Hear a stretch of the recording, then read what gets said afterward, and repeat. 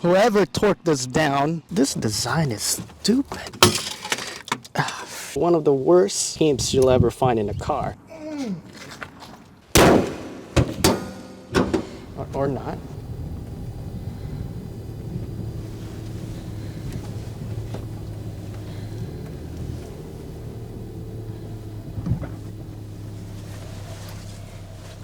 What is going on, everybody? My name is Earl here, and guess what I got? This is a 2015 Toyota Yaris L. Not the LE, not the SE, but a singular L. I've never heard anything lower than that. Now, if you guys don't know already, my YouTube channel mostly consists of German cars, mostly my Mercedes. Here's the thing though, this car, we got a pretty solid deal out of it. In fact, if we sell this right now, we'd double our money. This won't be my car. This is actually gonna be my sister's car to drive to college.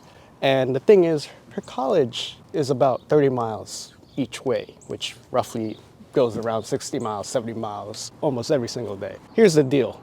The issue with that, my sister has been driving the S203 Mercedes wagon that I've been enjoying for the past 2 years now as my winter beater. The gas is very expensive. It requires premium fuel, it requires a lot of maintenance, and also the fact that it barely gets 30 miles per gallon, actually in fact it barely gets 20 miles per gallon, is one of the biggest issues that she has. And so when this thing came by out of nowhere, we had to get it. So this is exactly where we are now. So this car has about 129,000 miles, 128. I haven't seen the odometer in a while. Anyway, before I was rudely interrupted by the neighbor's dog, this has been sitting for quite some time. And the issue with that is, despite only having 128,000 miles, mostly highway, the fact that this is a 2015, which, fun fact, is probably the newest car I've ever owned. And isn't that crazy? Also, the lowest mileage car I'm currently in possession of, which is absolutely hilarious to the fact that both my cars are German cars, and the fact that they have higher mileage than this Toyota. What does that mean to you? What does that say to you? I don't know, but if a car is sitting for a good amount of time, it's normally not a good thing. First of all, the rotors will get bad and rusty over the rain and inclement weather. And two, the oil just degrades over time, which, as a matter of fact, this car has not had any oil changes in the past year, which is quite concerning. So we're gonna remedy that in today's video, and overall we're gonna get this car back into shape. Looking at the car itself, I mean, it's a Toyota Yaris, nothing special, probably the most NPC slash common car you'll ever find on this YouTube channel, probably. You never know, I might end up with something even worse. That doesn't mean this thing is bad, actually. I really love this design of this car. I've seen the older ones. I don't like the fact that they had a speedometer in the center. We're gonna take a look at the speedometer and whatever is on the interior later on, but for the most part, this car is in pretty decent shape. The headlights need a bit of attention later on. It's absolutely freezing. It's 30 degrees, but we need to do this. Let's go ahead and check this back seat. This back seat isn't so bad. Surprisingly more roomier than my Mercedes. And you can see the interior is completely made out of cheap plastic, but we do get a cup holder here, which is humongous. And you get about 3 seat belts, as you can see right there. Because this is a front wheel drive car, you don't have that big hump in between, so you have a good amount of space here. And then everything is power windows, which is surprising, but fun fact, this is your typical white paint from Toyota. And you could already see it's showing signs of basically peeling off, which is not good. Toyota back in the day has one of the worst paints you'll ever find in a car. And this is no exception on this $15,000 car. You can see that this literally will come off, this white paint, the most basic color in the Toyota lineup back in the day. Power everything except for the dang mirrors. The best part about this car is the fact it doesn't have a key fob. Instead, it has a traditional key that you have to put it in, and it starts right up. And the crazy thing is the fact that this doesn't have any speedometer. The trim is so low, trim L, it doesn't have any speedometer, tachometer, my bad. Speedometer, that's a speedometer. There's no tachometer. But it does show you that it's still cold. This thing has but 128,000 miles. You know, for the most part, this car drives relatively okay, but it's surprisingly peppy. You can see this is where I believe a mirror control would be. And the thing is, in order for you to use the mirrors, you have to push this like that. Just like in the 1980s.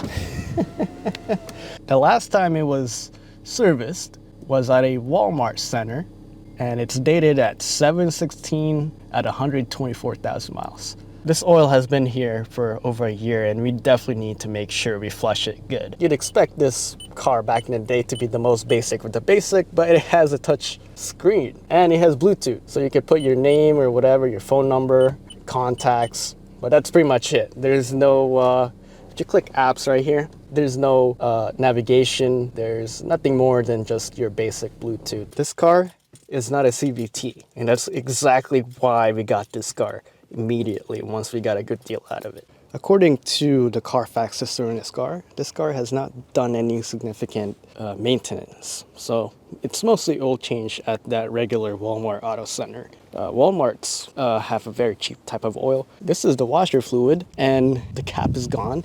Motor mount seems to be in okay shape, but I've never seen this before right here. This is the coolant, and look how small this thing is. That's crazy. We got the oil. It takes 5W30. Oh my God, that thing is stuck in there. Hang on a second. That's how you can tell this has never been opened before, or at least a good while. Yeah, it's got a good amount of soot in there, so we're gonna clean that up. What I have in the trunk is probably what you guys are waiting for, and that is a lot of maintenance. First things first, I am gonna be doing a liquid moly flush.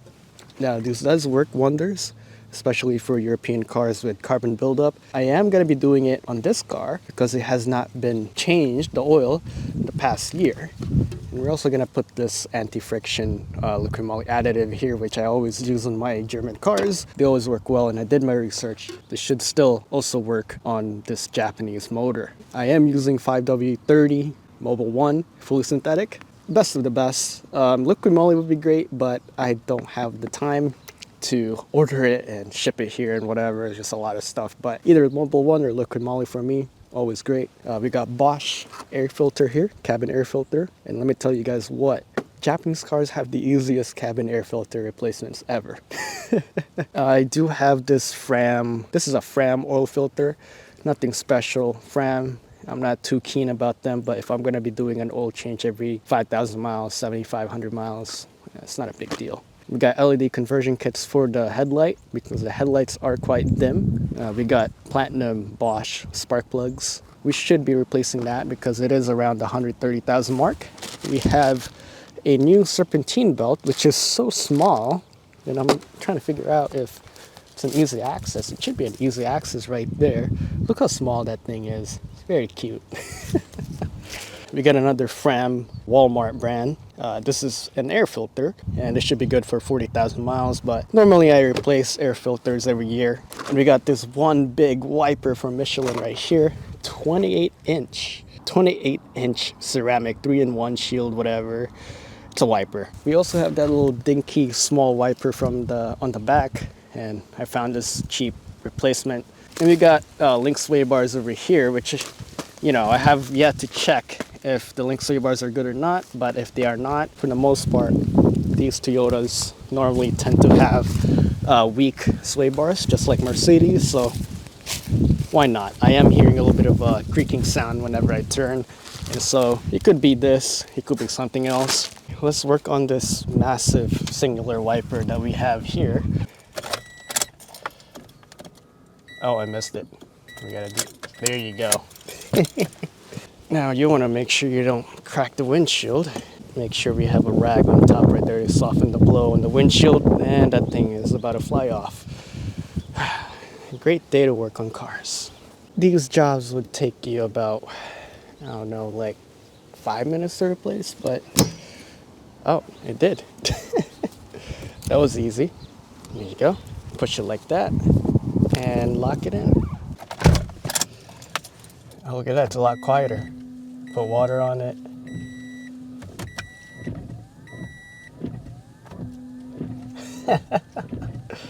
Look at that. A lot better, for sure. Now it's time to pop the hood, and we're gonna go ahead and replace the air filter and spark plugs and all shenanigans that we need to replace on this good old engine. I'm gonna go ahead and unplug this thing. Should be small tabs on the back. Just whip this out if I can. There you go, and wow, would you look at that? That's absolutely filthy. Actually, that is not too bad. Just a little bit of dirt, nothing too crazy, which is surprising because that means this is a fresh replacement. This is the engine side. Huh, someone did maintain this. Let's go ahead and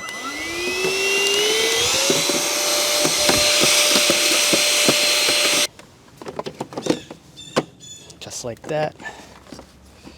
Make sure we don't hit anything. There you go. 1 and 2. Not too bad, not too bad. Now going back to the Bosch air filter here again.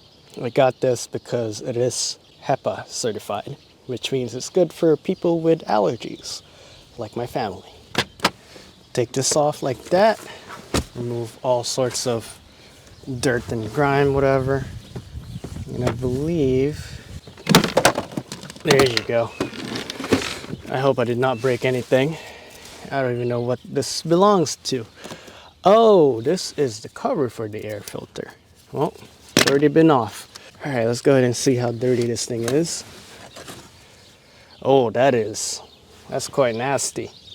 Now, this is one of the biggest reasons why people should always replace their air filters, because thing is, all this dirt and grime in this filter is blowing up to your face.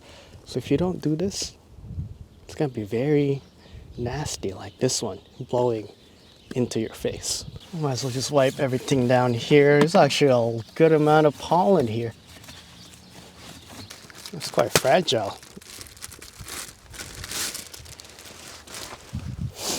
And then we're gonna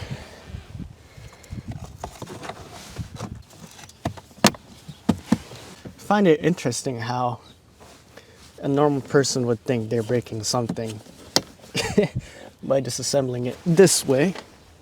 But hey, that's how Toyota intended it to be. So now, there you go. Easy peasy.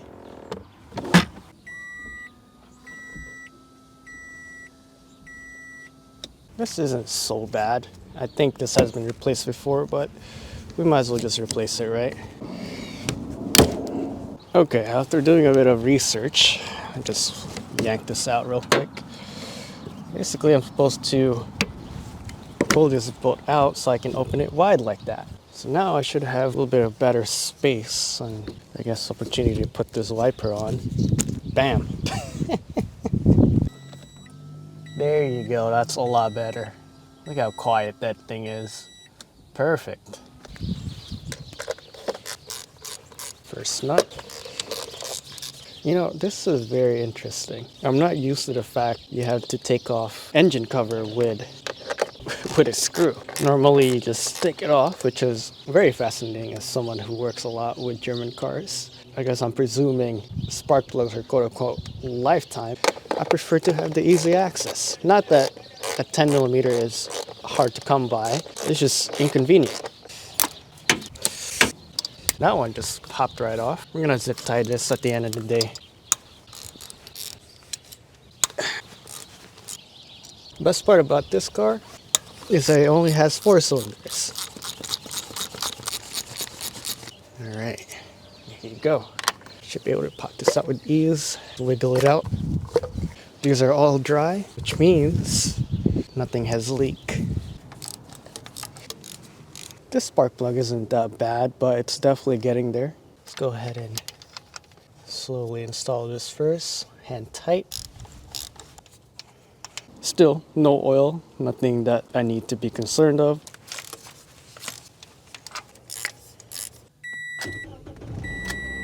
Well, definitely a lot smoother. Yep, it's a lot smoother than before. Very nice.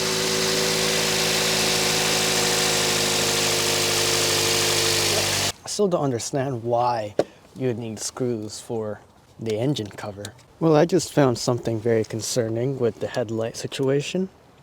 Take a look at this. Isn't that melted plastic? That looks like it's melted. The harness of the headlight. Let's go ahead and take a look at the other side, because that is also the same scenario. That is weird. Or is that grime? I could be going crazy, right? Man, this is stupid. There you go. Ah, shit. Well, I think I just broke it. Well, this design is stupid. Well, now there are remnants of broken bulb on the headlight assembly. That's always great. But the stupid thing is that, whose idea is it to put this on the rubber? The intention was flip it, take it out, but that's not normally the case for 10-year-old vehicles. You have to pry them out somehow, but extra step. Let's go ahead and install these new pair of LEDs right here. After that shenanigans, I have one more bulb to take out, and hopefully I don't shatter it. I did finish installing the new headlights. All I have to do is just buff the headlights out, and they should be as good as new. Oh, here's the thing. Here's another problem with this. I have to slam it. Or not. When heat and rubber mix together, they glue together. Seems like it's working properly.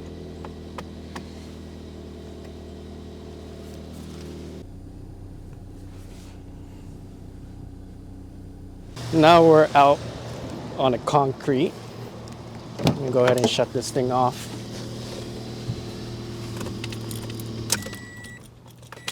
Oh shoot. This is liquid moly engine flush. Essentially what this does is clean out a lot of the gunk and all that inside the engine. So the rules are, put the car in idle for about 15 minutes and we should be able to do an oil change after that.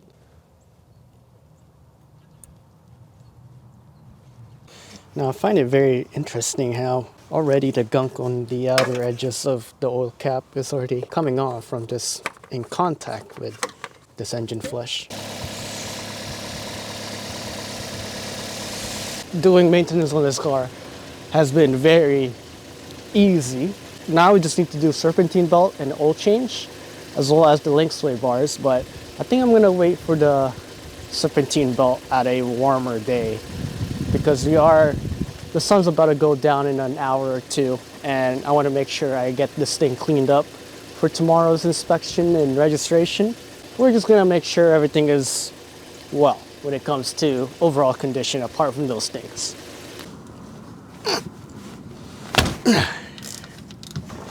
Okay, let's just be careful here. Okay, here we go. Ah, crap.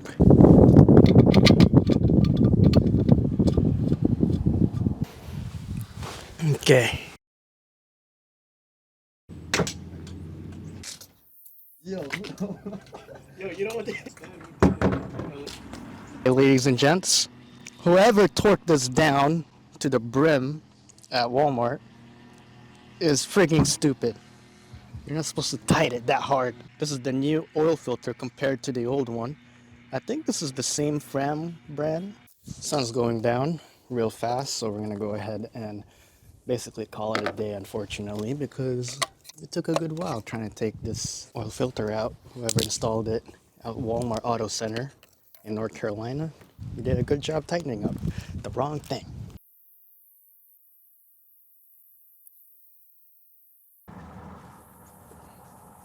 start this puppy up. As you can see, it's 5 p.m.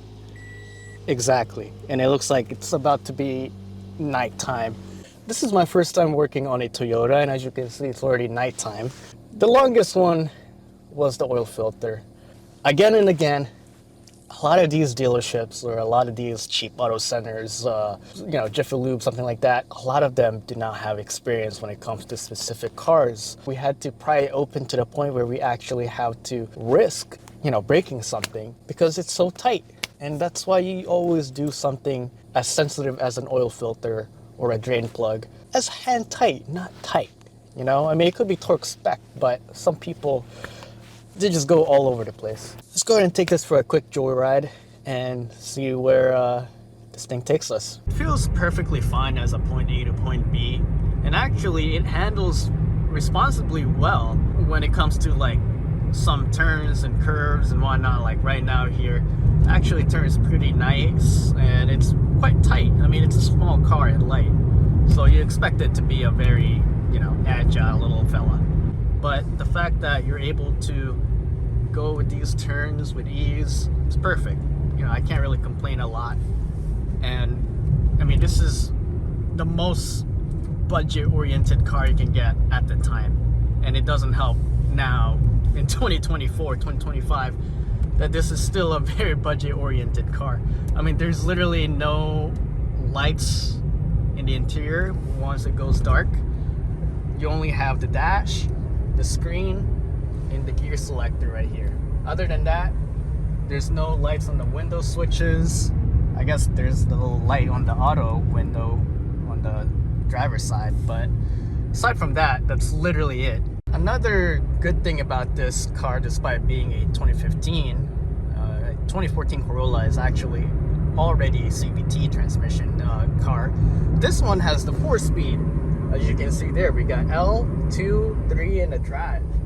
I really like that because I hate CVTs with a passion in the way they have those fake gear changing and whatnot. It just sounds weird and it feels weird, and I never just really got used to it. It's great for economy, but even this 4-speed is always a welcome change to that new technology that everybody just absolutely hates. If you want to know why everybody hates it, just look at Nissan. In 12 months, they're going to go bankrupt. So, what do you expect? They really are not great transmissions. I'll be honest, this is high beam. This is low beam. I do not see the difference. I think the design is so cheap on this car that you technically only have one headlight bulb for high beam and low beam. And so if you have a LED like what I have right now, yeah, that's a very, very interesting solution. Best part about this car, even in mixed city and highway, 30 miles per gallon, baby. Look at that. Well, I just picked up a complete chair, my working computer chair, from my grandparents' place. I finally finished moving, but you can see it fits, which is hilarious. And we got that one little dome light I was just talking about, so you can't really see it fully, but it's there somehow. But yeah, this car is working pretty great. No issues so far. I've only driven about 5 miles, but we're going up this hill. I don't hear any weird noises aside from the clunking and all the hustling in the suspension components, but I'm gonna get it inspected before I dig into it because I'm not a mechanic.